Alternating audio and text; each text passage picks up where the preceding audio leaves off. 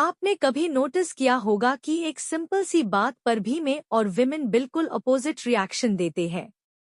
जैसे एक दिन अंकित ने सिर्फ इतना बोला, मुझे थोड़ा टाइम चाहिए, और प्रिया ने तुरंत सोचा, क्या मेन इम्पोर्टेंट नहीं हूं?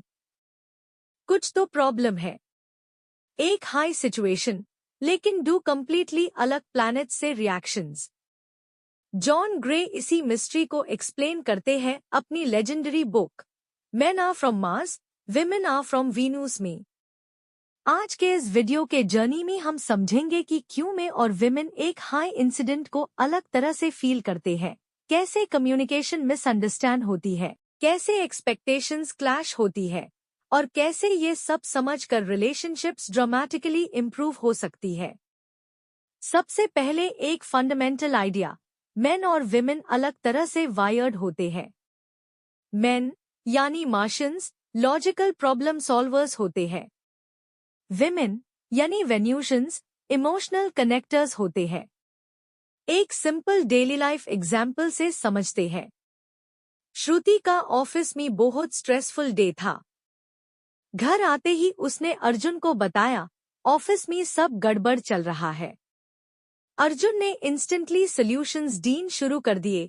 जॉब चेंज कर लो, बॉस से बात कर लो, रिजाइन कर दो। श्रुति इरिटेट हो गई, मैंने सॉल्यूशन थोड़ी मांगा था, बस सुन लो। अर्जुन कंफ्यूज हो गया और श्रुति हर्ट। बुक के हिसाब से विमेन शेयर करती है इमोशनल रिलीज के लिए, कनेक्शन के लिए। मेन सुनते हैं प्रॉब्लम फिक्स करने के लिए। डिफरेंस समझ जाओ, हाफ कॉन्फ्लिक्ट खत्म। स्ट्रेस के टाइम पे में और विमेन का बिहेवियर बिल्कुल अपोजिट होता है। जब मेन स्ट्रेस में होते हैं, वो अपनी केव में चले जाते हैं। केव का मतलब silence, distance, mobile scroll, game खेलना या बस अकेला टाइम। विमेन को लगता है कि वो दूर जा रहे हैं, बट एक्चुअली वो रिचार्ज हो रहे होते हैं। एक बार सागर ऑफिस से बहुत थका हुआ घर आया। उसने बोला, मुझे 20 मिनट्स दो। वाइफ नेहा तुरंत सोचने लग गई कि शायद वो अपसेट है, बट सागर सिर्फ केव में जा रहा था। रोमांस जनरल्स भी वॉर्स के बाद अकेला टाइम स्पेंड करते द तो मेंटली रीसेट। यही पैटर्न आज के मेन में दिखता है। विमेन का स्ट्रेस रिस्पॉन्स बिल्कुल रिवर्स होता है।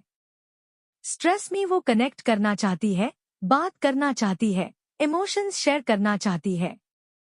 अगर मेन और विमेन एक दूसरे का ये पैटर्न समझ लें, अननेसेसरी फाइट्स इंस्टेंटली रिड्यूस हो जाती है।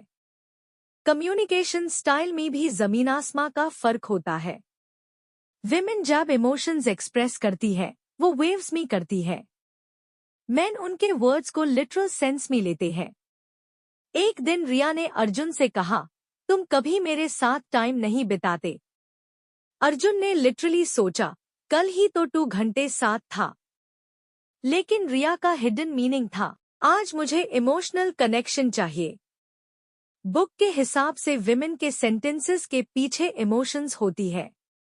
मेन के सेंटेंसेस डायरेक्टली वर्ड्स होते हैं। हिस्ट्री में भी ये पैटर्न दिखता है। क्लियोपाट्रा डिप्लोमेसी और फीलिंग्स से बात करती थी, जूलियस सीजर डिसीजंस और फैक्ट्स में। लेकिन जब दोनों ने एक दूसरे का स्टाइल समझा, उन्होंने वर्ल्ड हिस्ट्री का स्ट्रॉन्गेस्ट अलायंस बनाया। लव एक्सप्रेस करने का पैटर्न भी अलग होता है।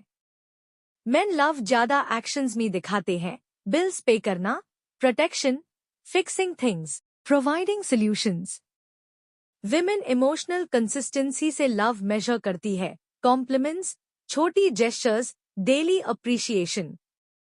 बुक का एक बहुत फेमस कंसेप्ट है, विमेन के लिए छोटी छोटी चीजें 100 पॉइंट्स बना देती है। मेन के लिए एक बिग जेस्चर 100 पॉइंट्स का होता है। जैसे अमन ने राशि को आईफोन गिफ्ट किया, लगता है ह्यूज जेस्चर, लेकिन राशि के लिए वो सिर्फ 1 पॉइंट था। Daily how was your day, एक हग, एक कॉम्प्लीमेंट, ये सब ज्यादा वैल्यू क्रिएट करते हैं।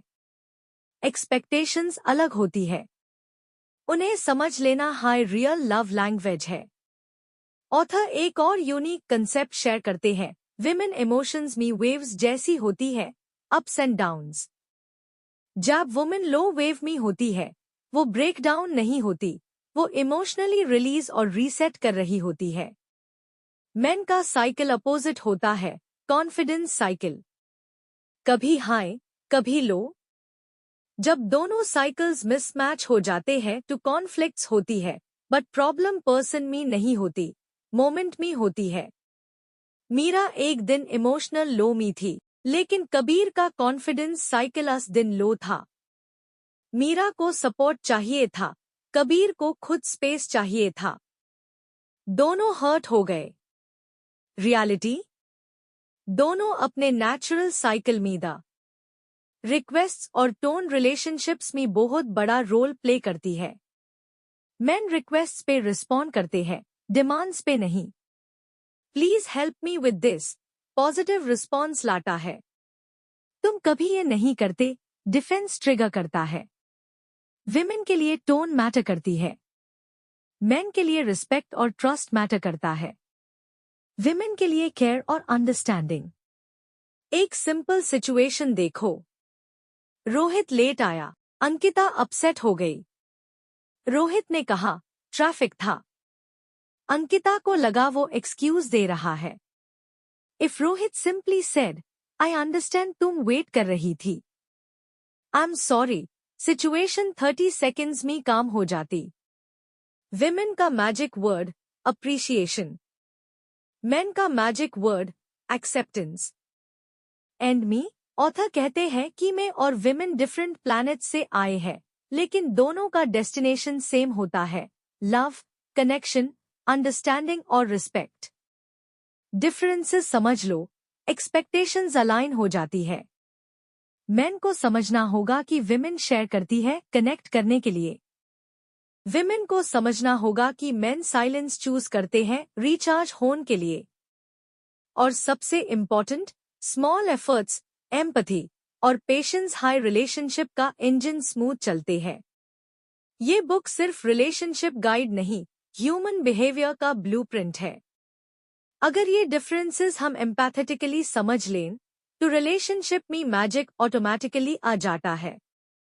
अगर आप चाहते हैं कि हम और बुक्स इस तरह स्टोरी बेस, डीप इंसाइट के साथ कवर करें, कमेंट में बताएं नेक्स्ट कौन सी समरी चाहिए।